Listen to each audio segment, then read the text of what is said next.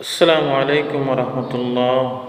সম্মানিত প্রিয় বন্ধুগণ, চরমুনাই পীর যে কত বড় একটা মুনাফিক বাটপার এর বাস্তব প্রমাণ হয়ে গেছে।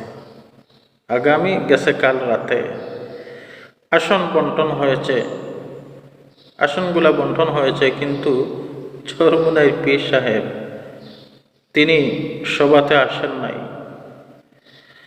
সম্মানিত প্রিয় বন্ধুগণ, এখন অল বাংলাদেশ সাক্ষী হয়ে গেছে যে চরমুনাইর পীররা তারা কত বড় হিংসুক এবং অহংকারী লোকেরা। আমরা তো অনেক সময় কথা বলি, কেউ কেউ বলেন আমরা আলেমের বিরুদ্ধে মাতি, এই সেই করি, ঠিকই না, অথবা আমরা হিংসা করতেছি। আরে ভাই, আমরা বাস্তব কথা তুলে ধরি। আমরা হিংসুককে হিংসুক বলি, চুরকে চুর বলি, আমরা বাস্তব কথা তুলে ধরি। কিন্তু আপনারা একটু লক্ষ্য করে দেখেন, এখন তো অবশ্যই প্রমাণ হয়ে গেল চরমুনাই পীর যে কত বড় অহংকারী লোক। উনি চেয়েছিল, আসলে ওনার মনে উদ্দেশ্য, উনি জামাতে যোগ দেওয়ার জন্যে আসে নাই, জামাতকে খুপানোর জন্যে উনি এসেছেন, জামাতকে খ্যাতি করার জন্যে। কিন্তু একটা কথা মনে রাখবেন, কেউ যদি ছাদকে ঘৃণা করে জমিনে তুতু ফেলে, কোনো সময় ছাদ মলিন হয় না, সেই তুতু দেখবেন আবার নিজের গায়ে ফিরে আসে, ঠিক কিনা?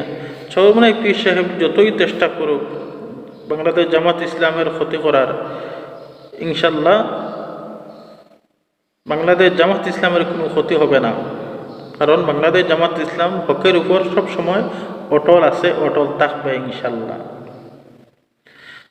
এর বাস্তব প্রমাণ দেখেন, অন্যান্য দলের আসন নিয়ে কত ঝগড়া বিবাদ এই সেই হয়, নমিনেশন নিয়ে এই সেই কত কিছু হয়, কিন্তু জামাত ইসলামের এই সংগঠনের মধ্যে কিছু হয়েছে? কিছু হয় নাই।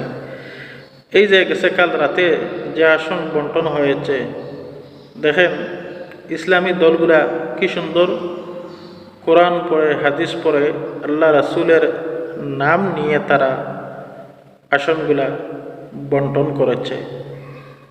কিন্তু অন্যান্য দলের মধ্যে আউযুবিল্লাহ বিসমিল্লাহটাও হয়তো তারা শুদ্ধ করে পড়ে না, ঠিক না?